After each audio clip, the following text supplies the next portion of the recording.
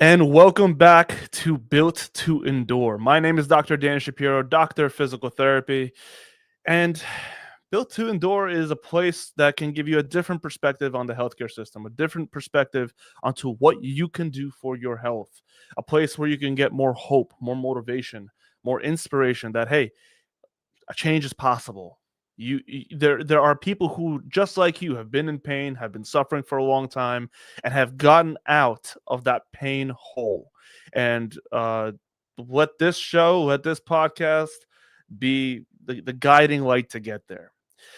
So today's episode topic, something that I think is incredibly important for people to understand, is that, hey, my doctor told me to lose weight for pain relief. Now what?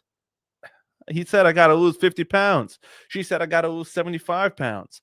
Is weight loss truly the thing that you need to be prioritizing and putting your focus on? And I'm here to tell you, probably not. I can't tell you over the last 6 years how many of my patients have been told to lose weight for their pain, not for internal health, not for their organs, not for any kind of systemic issues. I'm talking about, hey, my knee hurts. And the doctor says to lose anywhere from 20 pounds to 100 plus pounds. Okay, now I think that this piece of advice is absolutely ridiculous. The amount of people, again, my patients, as well as people on the internet, who've said they've lost so much weight. They've lost 50 pounds, 60 pounds, 100 pounds, 150 pounds, and their pain remained unchanged. Why? But yet there's also people who will say, hey, I lost a ton of weight, whatever that weight is, and I did feel better. Right. And so what do we say to those people? Right. What do we say to those people who did lose the weight and who didn't feel better? Right. Why is it that there's such wide range of people who've had different kinds of results? Now, I want to say that the biggest thing of why someone may see results with weight loss, and I'm talking about with physical muscular pain, you may think, oh, it's less pressure through the joints. Oh, it's less weight. Your joints have more room to breathe, whatever it may be. But I'm here to tell you something else actually happens. So when we gain weight and when we lose weight, something much more important happens to how we move. We move differently. If someone puts on 100 pounds or puts on 50 pounds, they will move differently than 50 pounds ago. Same as if someone loses 50 pounds or 100 pounds, they will move differently. And a lot of times, especially for those people who feel better, they've lost X amount of weight and, oh my God, my back feels better, my hips feel better, my knees feel better.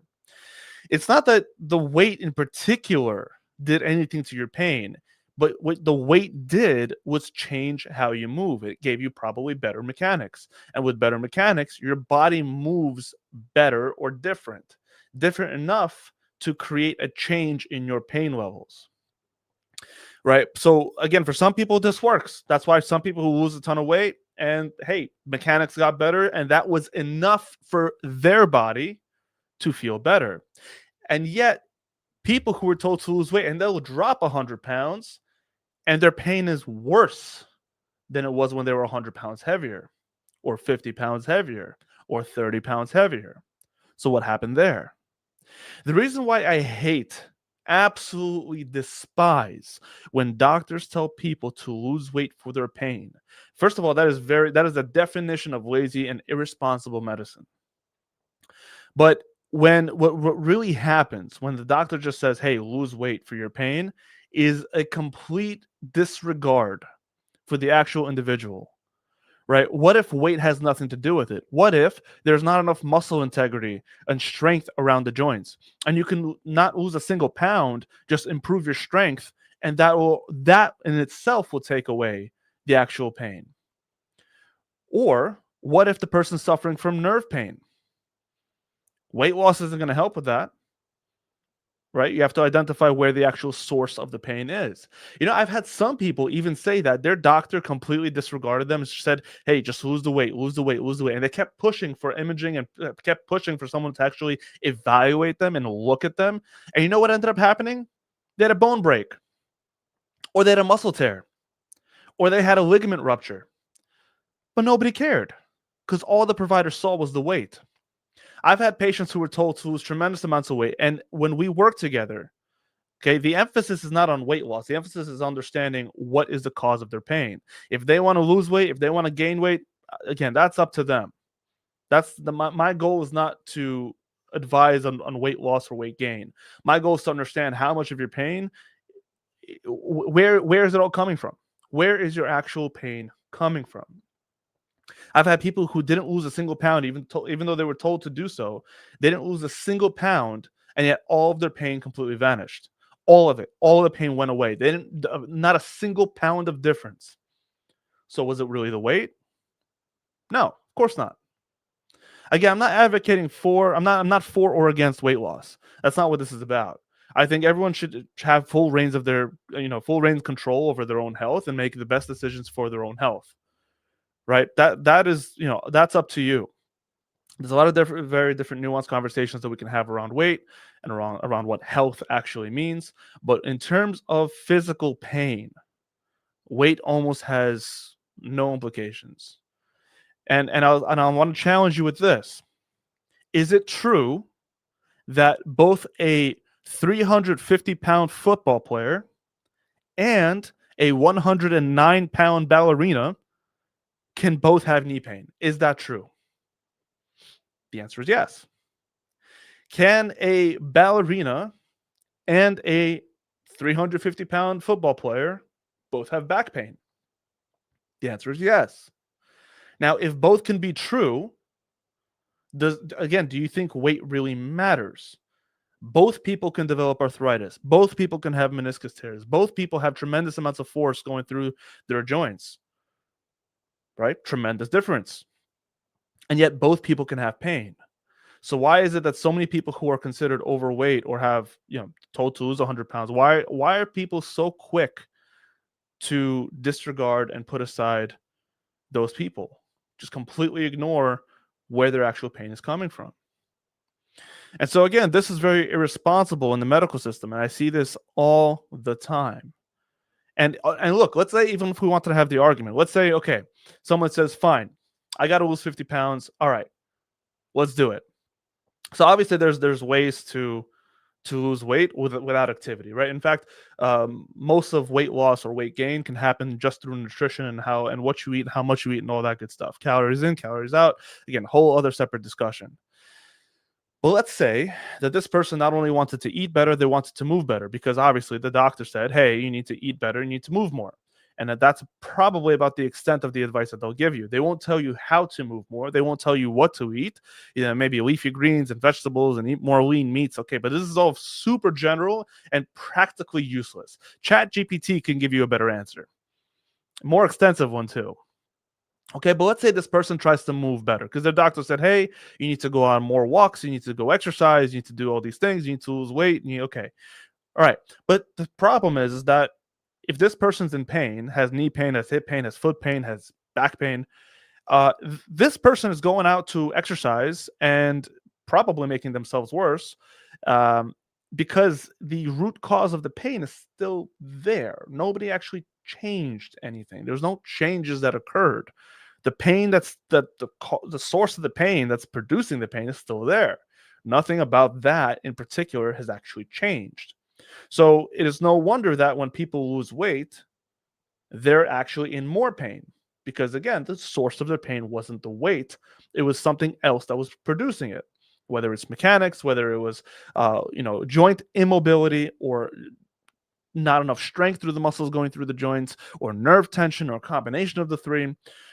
So it's important to understand that people will lose the weight and then be incredibly disappointed and heartbroken when they've lost the weight. They've done the tremendous effort of doing that, and yet the pain is still there. And then, not to mention, weight loss also takes time, right? If you want to do it in a healthy manner, right, extreme weight loss is also not necessarily good. But if you want to lose weight on a healthy timeline, well, that takes time. All the while, you're still not addressing the root cause of your issue. So let's say it takes you 6 months to lose X amount of weight, but nobody's actually addressed your source of pain. Well, you've just wasted 6 months not actually targeting the pain source. In which case, over 6 months, there's a lot that can change and a lot that can happen. Over 6 months, your problem could get worse. Over 6 months, your problem can change and expand and spread to other areas. And now you're not only dealing with knee pain, but you're also dealing with hip pain and foot pain and back pain and shoulder pain. Oh, and now your neck hurts. So look, my point is this: is that while weight loss or weight gain, again, depending on the individual, might be a good idea, might not be. When you're going to someone for help with pain, make sure that they're actually addressing you. Make sure that they're actually evaluating you and not just looking at you and saying, okay, lose weight, lifestyle change, that should do it. No, that is not good enough. That is not good enough. Ask questions. What kind of lifestyle changes? What happens if my pain is still bad? When should I expect a change in my pain? How should I eat? Who do you want to refer me to? What kind of movements in particular should I do? Okay, walking. What if walking is painful? Biking. What if biking is painful? Swimming. What if swimming is painful? What do I do then? Should I seek out physical therapy? If the answer is no, don't come back to the doctor again, because the answer should be yes.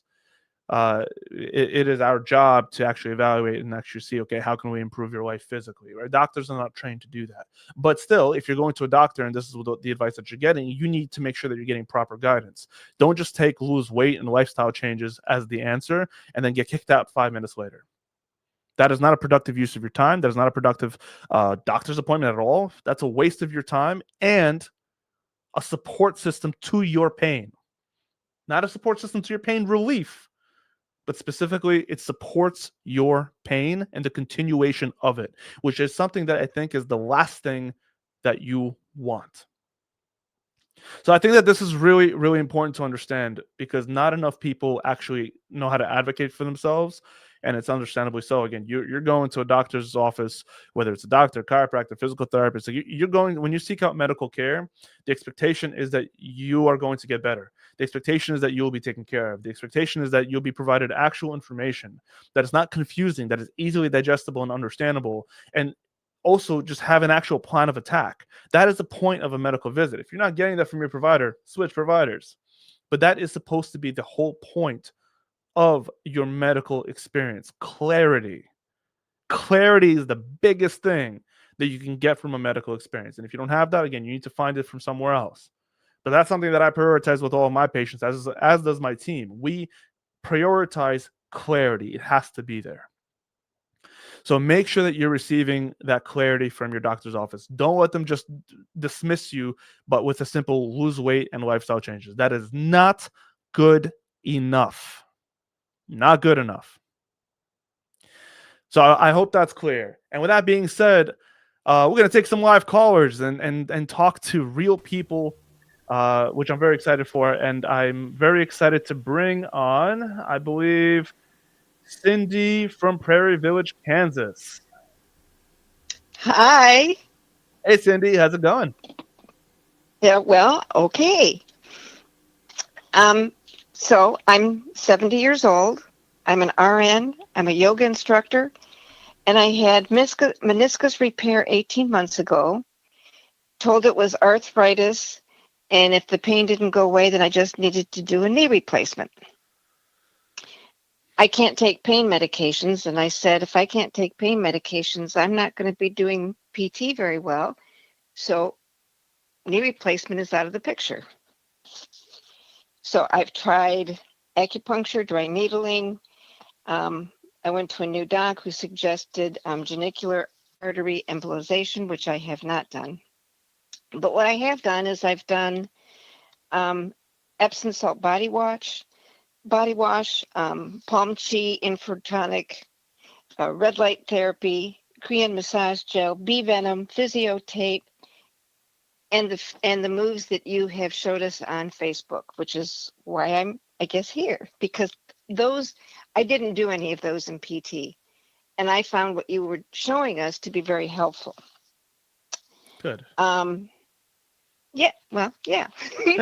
And I've also, and because I'm a yoga instructor, I did a lot of training, and one of the things that we were told was that you do gentle jumping to help get your fascia moving correctly. So I know I've been compensating, and I know that that is when I'm moving around. And I know that without me thinking, I go into compensation and I want to be able to move more freely. My pain is a lot less. I can go up and down stairs without holding on to a railing. Good. I've never been able I've never been able since surgery to kneel on my, sit on my knees, hero pose. Mhm.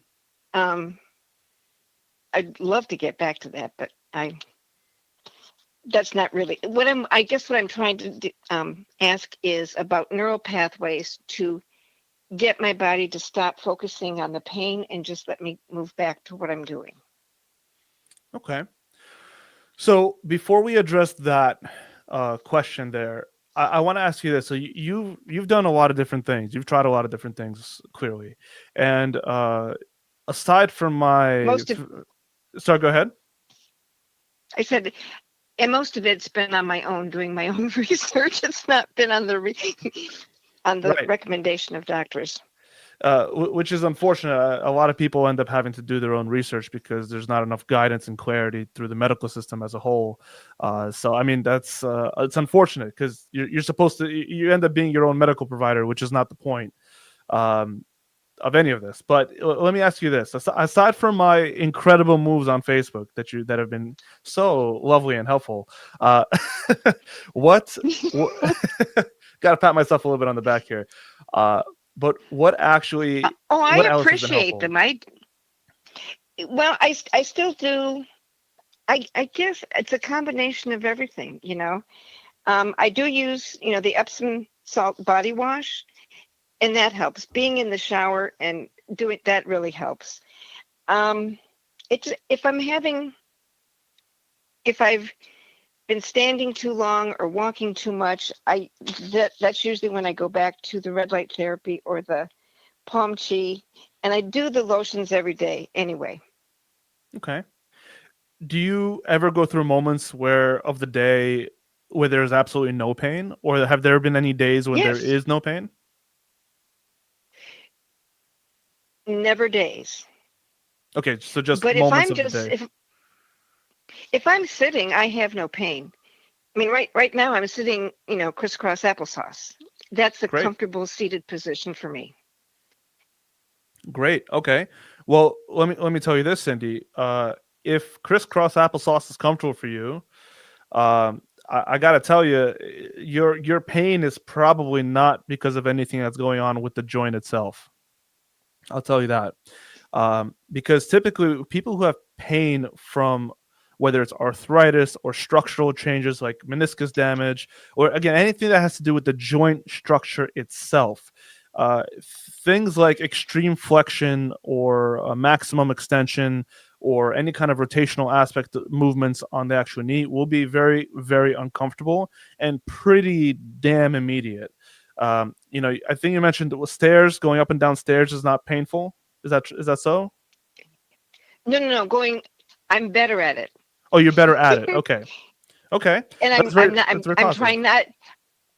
I'm trying not to compensate. I mean, when I first started out, I was going down the bad knee first every step, and I said to myself, okay, we're not going to do this. We're going to go up and down the right way, and I can go down stairs now carrying things and not holding on to a railing. Great. There's a little bit of discomfort, but it's not horrible, which is, I feel like I need something to move me past. Like I'm Right. focusing too much attention on the knee and my leg. Yeah. So look, the knee is a reactionary joint, right? And like I said, if you're seeing improvements in things like the stairs, if you're seeing like again, if you're sitting crisscross applesauce, I am less likely to think that it is your joint. Now, obviously, I haven't evaluated you, but it seems like what you need at this point, probably, if I had to bet on it, I would say that you need to focus and prioritize more strengthening of the hip and better improved mobility and strengthening of your foot and ankle, because those two areas have a direct line in terms of musculature into the actual knee, right? There are muscles from your hip coming down to your knee and muscles from your feet coming up towards the knee that all provide stability and strength to the knee itself. And again, if the flexibility and mobility is there, that's great. That's great. Right. And a lot of times the sensitivity on leaning, especially leaning on the knees, a lot of times that's from nerve sensitivity itself, not necessarily from anything else, but it's just literally nerve sensitivity. Right. Mm-hmm. Usually, any kind of pain or sensitivity upon touch or pressure is usually a good sign of a nerve symptom. Now, again, for you, because I haven't evaluated you myself, it's a little bit hard to say specifically, but typically speaking, on average, there's probably some nerve irritation, which can also be from weak hips and weak backs, right? And if you work on those things, that should bring tremendous support and stability for the knee itself. Okay. Does that make sense? Actually, it does, because I went to see a pelvic floor PT, and she said that probably all of my issues were stemming from my knee, the tightness and everything. And she was having me do um, things to strengthen the glute med, and that helped my knee. Yep. Yep. So yes, yes. Now, look, something that's really important to mention, and also because you've mentioned pelvic floor and you've also been to PT in the past, I think it's silly to, and I'm not saying this about your current pelvic floor therapist, but I think it's very silly to focus on only one muscle group. There are so many different muscles, your glute med, your glute max, your internal and external rotators that are local to the hips, your gracilis, your hamstrings. There's 11 different hip flexors, your TFL. Like, there's so many different muscles of the hip. There's so many muscles of the hip that have incredible impacts on pelvic floor, on your knees, on your back. And so it's important to make sure that when addressing strengthening, we want to make sure that we are well-rounded, right? We want to be well-rounded human beings. We want to be very well-rounded in how you strengthen. And so, again, I'm not surprised at all that working the abductors or the rotators of your hip, like one of them being the glute med, I'm not surprised at all that helped, and I'm very happy to hear that. So now you just have to double and triple down on it and do more of it, and you should see bigger and better gains for the knee. Okay, so what kind of exercises would you recommend for strengthening? So it's very relative, right? It's very hard for me to say which ones, just because, again, I don't know your personal Right. baseline, right? So like in your typical PT place, they'll have you do clamshells and monster walks and glute bridges and hamstring stretches, which I personally think is a little bit ridiculous and a bit of a waste of time. It's very generic and very cookie cutter, and it usually doesn't do what you think it does. But there's a very, very wide variety of things. There's a lot of side laying exercises that, if you're laying on your side and you pick up the leg up towards the ceiling, that could be very helpful. And if stairs is more tolerable, there's a lot of ways to make the process of climbing or going downstairs into a great hip exercise. So instead of stepping up on the step fully, step up halfway with the back leg dangling, and now you've just turned that into a single leg strengthening exercise where you're working the entire all the stability muscles of the feet, the knees, the hips, all of that together, and it turns out into a great exercise like that. So there are so many different kind of movements that you can do, and I think what would be good for you is to see, okay, say there are 5 exercises, right? Out of those 5, which are challenging, right? Not pain producing, but which provide a challenge, which create some kind of like muscular burn and effort and struggle. All right. And do those. The ones that are easy, don't waste your time on it. If it's easy, there's no change that is being created. Right. So find things that are challenging, not pain provoking, but challenging. And you'll see the gains happen. That makes sense. Okay. All right. But how do I get my body not to think about my knee? As your knee becomes less painful, you're going to forget about it. I've had patients who had such tremendous back pain. I'll just give you an example here. Just a recent example comes to mind. Such intense back pain. They haven't tied their shoes. They haven't been able to put up their pants on. If they drop something, there's no way that they could pick it up. And as we were going through the therapeutic journey, they were getting better and better and better. And one day, she just bent down to tie her shoes without even thinking about it, and stood up and went to started to go out the door outside, and then had a self realization because she literally told me this is what happened. She had this whole big self realization. She said, "Wait a second, did I just go in down and tie my shoes? What the hell just happened? I haven't done Mm-hmm. that in years." Right? Your brain is a really powerful powerful I system. know. I It's know. it's incredible. But your body will naturally stop compensating and stop thinking about the pain if the pain isn't there, because then there's nothing to think about. Right? Your brain prioritizes the signals that it receives from the outside world and the inside world being your body. And if there's no inside world, if there's no signal from the body that there's a problem, your brain will not be prioritizing or constantly shifting your focus to the knee. So Okay, that makes sense. yeah, as you get stronger, as your pain starts to get less and less, and you start to move more freely, and most importantly, Cindy, most importantly, it's not just about feeling better physically, but the mental game is really important, because if you are exposed to a lot of different movements, and this is what I do with a lot of my patients, is that I try to, like, all the things that they're actually scared of doing and worried about, anything that brings them anxiety, that is exactly what I expose them to. Right, in a controlled setting, I guide them through those things, because you need to realize that there's nothing to fear, that there's nothing to be anxious about. And if you can connect those two things, where, hey, my body can do movements X, Y, and Z and not be in pain, I am okay, I can do this, then your brain gets rewired, and it can believe in itself again. The body can believe in itself and do its thing.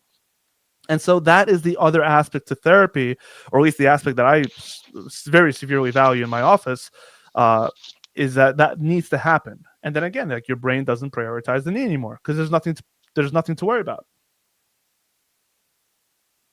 Okay, makes sense. Beautiful, beautiful.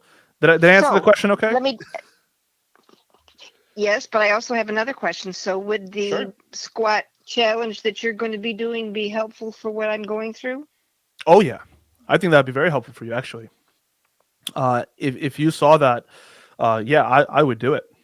I would do it, because these are exactly the things that I will be talking about in there, and this is exactly like the movements, the different variety of movements that I was just talking about a few moments ago. This is what I'll be Mm-hmm. taking everybody through. I'm going to be exposing your body to a lot of different activations, movements that you probably have never done before, even with all the moves that you've seen on my page, of which you like. There's a reason why you've never seen them in traditional PT, is because they will never do them there. But there will be even more moves that I haven't even put up on Instagram or Facebook or anything, that I think are really, really golden in helping bring the knee freedom. Oh, you'll love this. My regular PT told me that I shouldn't be doing the breaststroke anymore because that would hurt my knee. Uh, hey, does it hurt your knee? No, Great. that keep, I keep doing. all summer long. That's what I've been when I swim that and do laps. That's what I do. Cindy, rule number 32 of the body: if it doesn't hurt during and doesn't hurt after, keep doing it. If breaststroke doesn't bother Okay, you, keep doing it. Right? Don't don't okay, uh, don't limit yourself if there's not a necessity for it. okay. All Thank you very right. much. My pleasure, Cindy. It's been an absolute pleasure to have you on. Thank you so much for doing this. Oh, you're welcome. I appreciate it. Awesome. Very good. All right, then. I hope you have a great rest of your day, and we will take the next caller, which is, I believe, Michelle. Is that correct? Oh, not yet. um, we'll have Michelle in just a moment. But you see, guys, I hope, for those of you who are listening, I hope you see how much of there's a lot of lack of information in the medical world. I mean, there's a lot of people have to become their own advocates. This is exactly why I was saying that in the earlier segment, because doctors will not provide you enough guidance, and so then you're left holding the ball and trying to figure out, okay, what do I do next? What are my next steps? Uh, what do I have to try to actually start to feel better? Which is not the way it should be, right? As a medical provider, our job, our goal should be to properly guide you, to tell you, hey, here's your issue, right? And I also be able to identify the actual issue. Here's your issue, and here's what we have to do. A literal step-by-step plan. Because if that step-by-step plan isn't there, we have a problem. And by we, I mean you, because you're the one who's left in pain, right? So Cindy has and I'm super excited for Cindy to explore more of what her body can do. But the conversation I just had with Cindy is the conversation that I myself, as well as my team, have with our patients all the time, and of course, specific to their own situation. But this is the conversation, right? The physical side of things and the psychological, mental side of things, right? What's the actual guidance look like? This is super, super important to be able to get from your provider. So, with that being said, I think we're good. We're going to get Michelle from Taneytown, Maryland. How you doing, Michelle? I'm good, Dr. Danny. How are you? I'm great. Excited to talk to you. Sure. I'm excited. I've been watching your videos for quite some time now and doing those exercises that you keep sharing. Oh, fantastic. I hope they help. They are. It's slow for me. I can't do them like up on you put your foot up on a little box. I can't get my leg up that high because of the pain, but I can do them where I can put it a little bit lower, and it's made a remarkable difference. Still not where I want to be, but I'm about 80% better than I was last year at this time. I mean, 80% is huge. So that's awesome. I'm very happy for you, and I want to see the rest of that 20% coverage. We want to cover the rest of that 20%.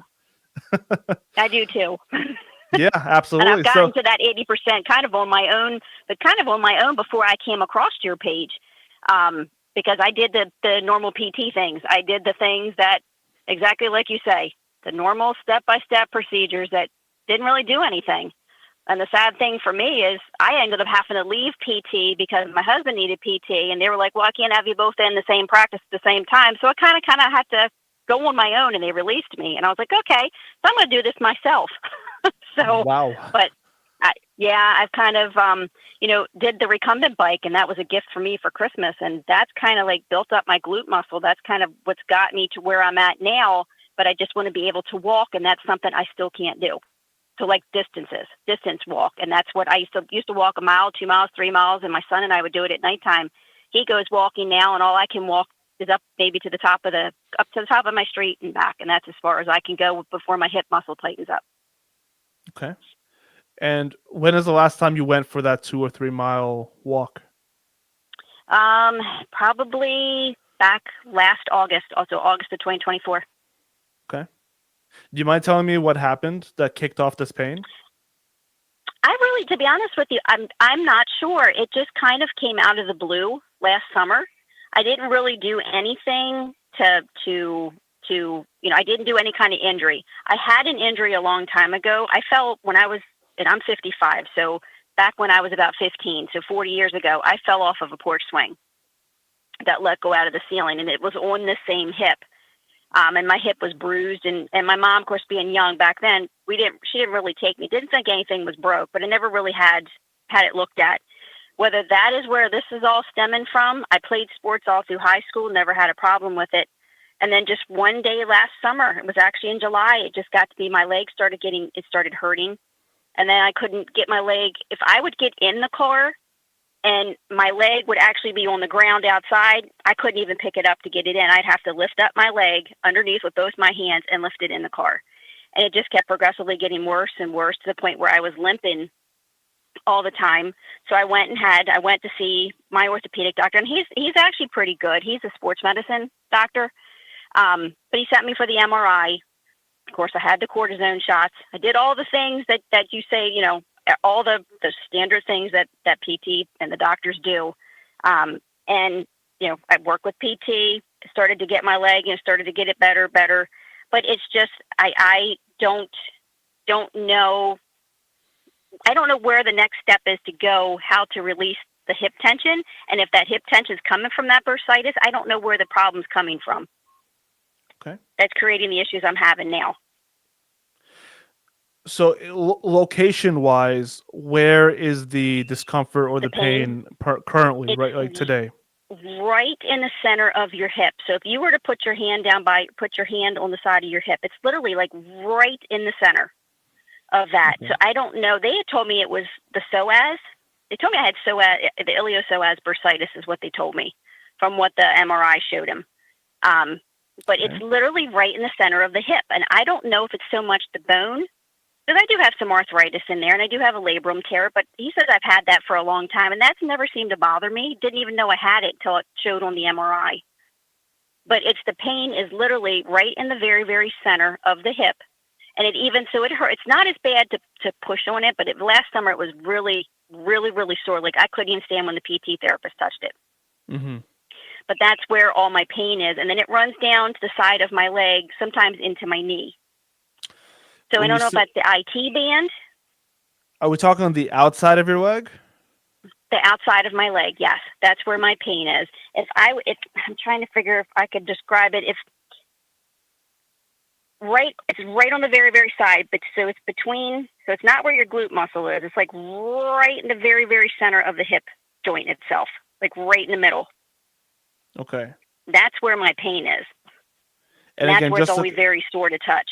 And just to clarify, the center of the hip from the side or the center of the hip from the front? The side. The side. Okay. Well, then it can't be your. And they thought it was your psoas. That's what they told me. Yep, and it's what the MRI showed. Yep. Yeah. Well, the psoas, if it's on the side if it's in the center of the side of the hip, it's impossible for it to be the psoas because the psoas is in the front of the hip. Okay. Which is why I asked, like, oh, okay, the center. If it's in the center of the hip, maybe like in the front of the hip, maybe some psoas stuff, but highly unlikely. So okay, that's already questionable. Cool. Jeez. Okay, great start. It could be being treated the wrong way all along. All I know is I did have a weak glute muscle, and the recumbent bike has helped me to build that up. And that's where, like, the more I ride the bike, the more it helps to strengthen my leg. Mm-hmm. And I can, when I first began PT, I couldn't even pick my leg up off the table. They were like, pick your leg up. And I'm like, I'm trying, but I couldn't do it. It was so much pain, I couldn't do it. And it was the pain in the center of my hip, the center, right in the very, very center. And that's where my pain has been this whole entire time. Do you have any burning or do you have any burning sensation, pain, anything like that? Yes. Mm-hmm. Yeah, it burns. But the crazy thing is, though, sometimes it burns in the center, but then sometimes I have the burning across the front of my leg also. I bet you do. And that's not all the time. But there's some days where it's just like somebody's lit a match and it just burns. Yep. So I sit on ice a lot when it does that, just because that actually does make it feel comfortable. I don't know if it just numbs it so I don't feel it, but it does make it feel better. Okay. And then I ride the bike. If I start to get that feeling, I just get back on the bike and I ride the bike. But my ultimate goal is to walk. And my husband and my son laugh at me because when I try to walk, and I've been trying to go out and walk, at least try to walk from stop sign to stop sign. It's not far, but just right out in front of my house. And sometimes when I start to walk, it gets so tight in the center of my hip. But if I press on it, I can walk a little bit without pain. But then they say I look like I'm a cartoon character, like I'm ready to, like, Quick Draw McGraw. But if I do that, it allows me to be able to move. So. Hey, if they start laughing at you, you quick draw a punch, Yeah. I'm like, look, I'm attempting. I'm still active, and I still want to be able to walking is something I love to do, and it's something that I've been not able to do for a year, and I miss it because my son goes out and walks, like last night, 2 miles, but I can't do that, and I'm like, I'm so jealous. I did walk a little farther last weekend. I attempted to walk a little bit farther than but between stop sign to stop sign, and I was able to make it, but then I had to call my son to come pick me up. So I was like frustrated. At least I got to a point further, but Yeah. I should have been able to make it back home because I'm healthy and I have no other issues besides this hip, and it's frustrating. Michelle, of course, it's been over a year now, right? Mhm. You said last August. It's been last August, yeah. Yep. Of course, it's frustrating. Like all you want to do is just be able to live your life with freedom the way it was before this pain started, and it's Right.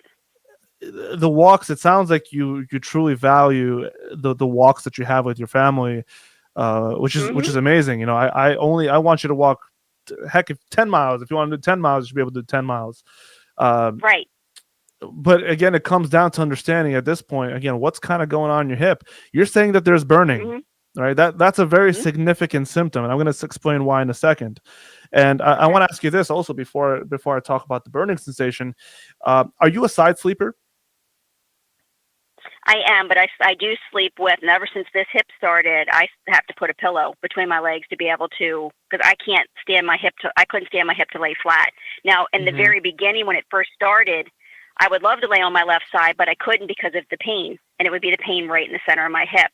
Now, that has subsided enough that I can lay that way, and it doesn't affect me like it used to. But before, I couldn't even turn on that side. Does it feel... Yeah, sorry, go ahead. No, it was just pain. It was just pain right there in that very, very center, which just seems to be where all of my whole issue is, right there in the center. Did it feel like it was like when you would lay on it? Did it feel like almost like a bruise? Yes. Yes.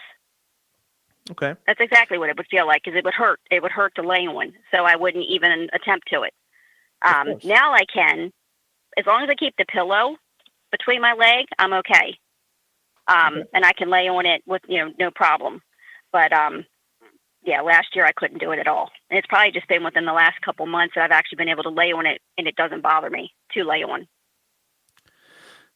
So, Michelle, I think that it's really important to mention that couple of things. So first of all, again, I haven't evaluated you myself, right?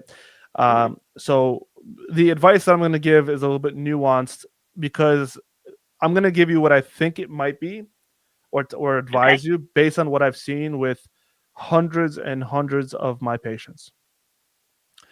The sensations that you've described, that bruisey feeling when laying on it, that burning sensation, has anybody ever mentioned nerve pain to you? No. Great, because that's what I think that you have right now. Now, it's not scary. It's not anything. You can have nerve pain or nerve symptoms and it not be anything serious whatsoever. The fact that it kind of shoots across, that burning sensation through the front of the hip from the side, or the fact that it goes down the leg, I'm sure you've heard of sciatica and the sciatic nerve. Yes, my husband has that. Okay, well, there's another big, giant branch of nerves that comes through the front of your hip. So think sciatica, but from the front, and it's called your femoral nerve. And there's a lot of different branches of the femoral nerve. There's 3 main branches. One of them goes through the side of the leg. One of them goes through the majority of the front of the leg. And one it's a sensory nerve through the inside portion of your thigh down towards your ankle. Now, burning sensation, there's very specific, when something is a muscle pain versus a joint pain versus a nerve pain, there's very specific sensations and symptoms of what each of those can be, right? So typically any kind of bruisey, that's why I asked if it was bruisey, because anything that pain upon touch, including pressure, such as laying on your side, if it produces a bruisey kind of pain, that's another nerve symptom, right? Burning is a nerve symptom. And things like bursitis and tendinitis, these are throwaway diagnoses, because I don't look at them as a actual diagnosis. Bursitis is a reactionary condition, right? So, bursitis doesn't come out of nowhere. It's being caused by something else. It's irritation of a bursa because of some kind of muscular tissue that sits on top of it. But there's something that is causing that. And you can have... it's very common for people, and I don't know what it was like in the beginning, the very, very beginning. So I don't know what it may have been then, but right now it sounds like you still may have some muscular weaknesses and stuff like that. But especially when it feels weak and it's tight and it's burning and and it's bruisy and achy. These are very, very nervy symptoms, which is probably stemming from some kind of muscle weakness that you have, or some kind of nerve compression that you're having, either in your Hmm. hips or in your back. Okay. Uh, I've had people who came in and they would sit down at my table and they say, yeah, my hip is killing me. I have no power in it. I can barely lift it up towards the ceiling. I can't stand on one leg. And then we did some back work, some back exercises, some back mobility, some nerve flosses, and suddenly it's like Hmm. someone turned the light switch on, and their leg is just flying around, up and down, like as if there was never any problems. Wow. Yeah, it's kind of cool. It's kind of really cool to Yeah. see. So if the bike is helping, I think that's great. The recumbent bike is really, really great. If it's helpful for you, like I said it on the other call, someone was told to, the last caller was told to stop doing breaststroke because of the pain in the knee. Yet the breaststroke didn't bother her, so there's no reason to stop it. If it's helpful, do it. If there's no pain during or Hmm. after, do it. But I think that you should probably explore um, a little bit more nuanced kind of engagement of the muscles of the hip and the back. And Hmm. just like there's nerve flosses for your sciatic nerve, I think it might be helpful for you to look into femoral nerve flosses. Now, again, I want to say, because I haven't evaluated you, Hmm. I might be wrong. I'm just telling you what it sounds like, and it sounds very similar to a lot of the things that many of my patients have felt before. And it was a neuromuscular issue, which once you start targeting the right things, the hip opens up, and it's incredible how fast you can double your mileage. Right. Right. Yeah. If I could just get rid of that hip tightness, because that seems to be that doesn't seem to go away no matter how much I ride the bike. It just doesn't seem to go away in that center part of my hip. Yeah. It's just there. And no matter, now the exercises, the one exercise that you did on your video where you put your foot on the stool and you tip your leg, you tilt your foot to the side, and then you pick up your leg and hold it for 2 to 3 seconds and then put it down. That is what I've been doing, and I do that now before I go out to walk. And then, but the weird thing is what I can find, which is crazy, going uphill does not hurt me at all to walk. And I don't know if it's because of the angle of the way that your legs are when you're going uphill. I struggle walking flat ground and downhill. That's where a lot of where I've come into a lot of problems. But I could walk uphill. If I could walk uphill all day long, I'd be all right, and I could keep walking. Which, but yeah. When you go up, you got to come down, and of course. It's like those stories, when your parents used to say, "Oh, I used to have to walk to school 10 miles, and it was uphill both ways." Yeah. No, yeah. so that look, would be great if I could. I mean, look, I'll tell you this: the fact that you just said that, it makes me think even more that it's probably your nerves have a big factor in this. And I'll tell you real quick why. Typically when we walk uphill, right, if we think about it, what do we typically tend to do? If we walk uphill, we tend to lean our body forward, right? Yes. Mm-hmm. Right, obviously, because if we didn't, it'd be a very hard uphill walk. Uncomfortable. Yeah, it'd be quite uncomfortable. It's quite unnatural. If I saw someone walking uphill and I saw them pretty upright or leaning back, I would think, okay, look, that's a little strange. Either this is a robot, they're trying to play with AI, it doesn't quite know how to move yet. Right. And now what happens is that when you lean forward, you actually shorten the tension on your femoral nerve. Okay. Which, again, if you do or might have some nerve sensitivity that's contributing to your pain, that could be a big reason as to why it's easier. When you reduce the nerve tension through that nerve, it tends to be less symptomatic as compared to when you're more upright, or maybe when you're going downhill, same thing, like you tend to lean back a little bit.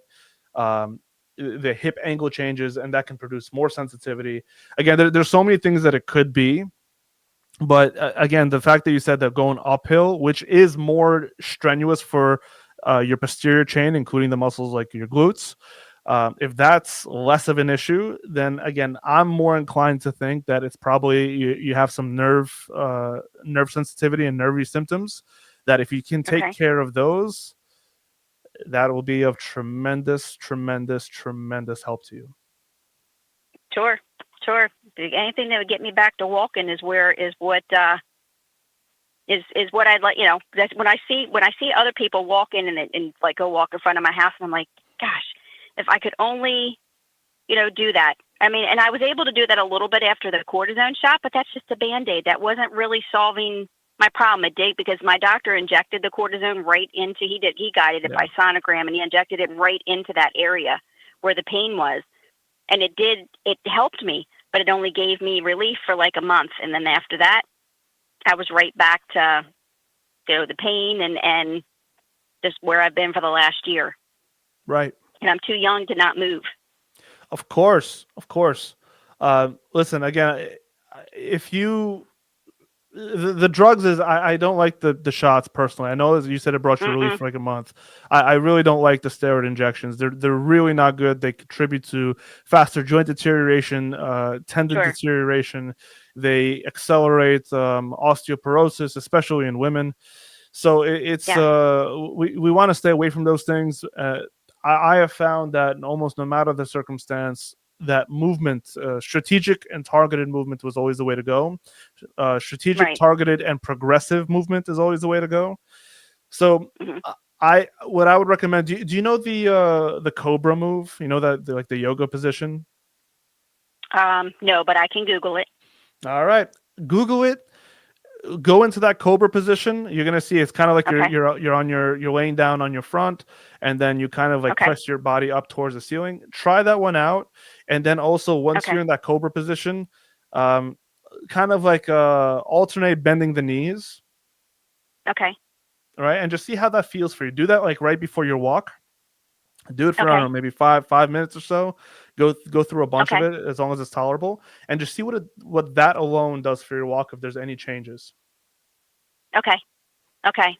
Yeah, because I it's crazy, because I mean there are simple solutions. Oh, you'll have a hip replacement. I don't want to have a hip replacement. I don't want to be like my mother, and my mom has 2 artificial hips. My brother has one. My brother has an artificial knee. I don't want to be like them. I don't want to go. I'm like, no, I don't want that, and especially not at my age. Because I don't want to have it done again in another 10, 15 years. I don't want that. So for me, it's like, no, I want to figure out what my problem is. I have bone on bone in my left knee, but that doesn't bother me. I had, I've had the Synvisc shot done probably back. I mean, there's things are only supposed to last a year. I had mine done back in 2018, and I've been fine. That, my knee doesn't bother me. It's my hip. So it's like, if my knee isn't bothering me, my hip shouldn't be bothering me, but just if I can find a solution to get me moving again, to be comfortable and not have to have pain all the time, or if my family says, let's go somewhere. Oh no, that's right. Mom can't walk. I can't walk a long distance. And it's like, it's frustrating to be in that position. Incredibly.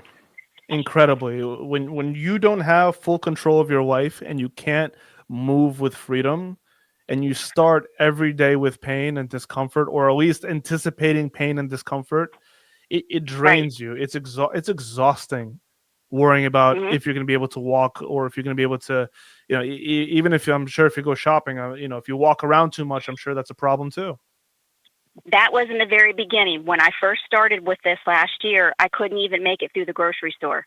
I could get to probably like 2 or 3 aisles, and then my leg was hurting so bad, and then I was limping the rest of the way, or I'd have to walk a little bit and stop. And I'm like, this is ridiculous. So now I've made it to the grocery store, don't have to hold onto the cart anymore, and I can get through all the way from the beginning to the end. Beautiful.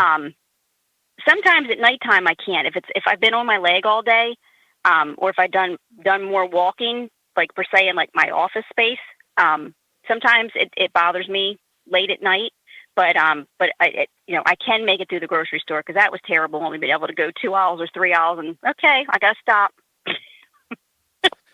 and you look, I'm young, so I'm like, you look at me like people think, older people are walking past me. So can't be having that. Crazy. No, that's for sure. That's for sure. But I will try.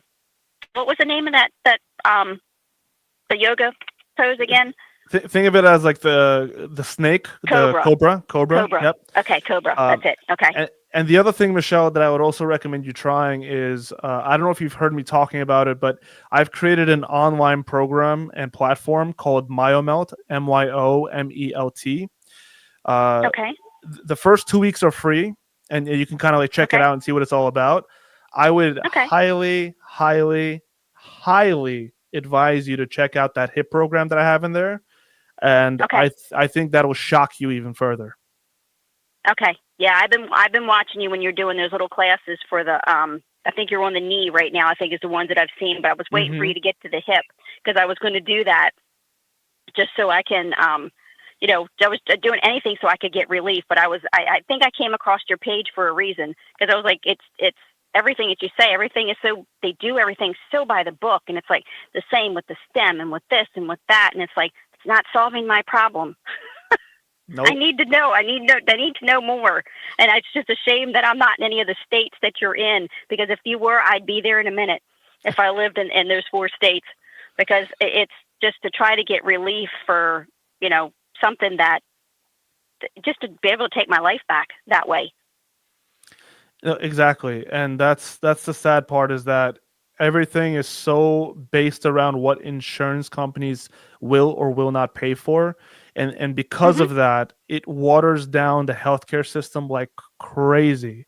And you yourself, who you've been dealing with this for over a year, for something that probably, and again, I'm not, don't hold me to it, but probably it could have been addressed and fixed within the first couple months, Right. right? Right. Had it been done properly.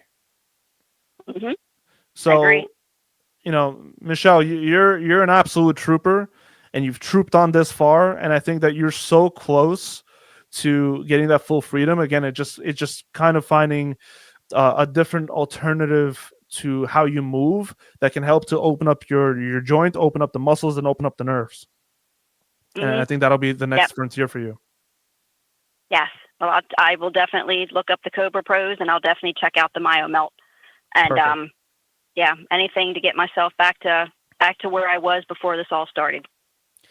Yeah, Michelle, please keep me updated. I want to see if if there's ever any other thing I can help you with, or anything, any other direction I can push you in. Believe me, I will do my very best to.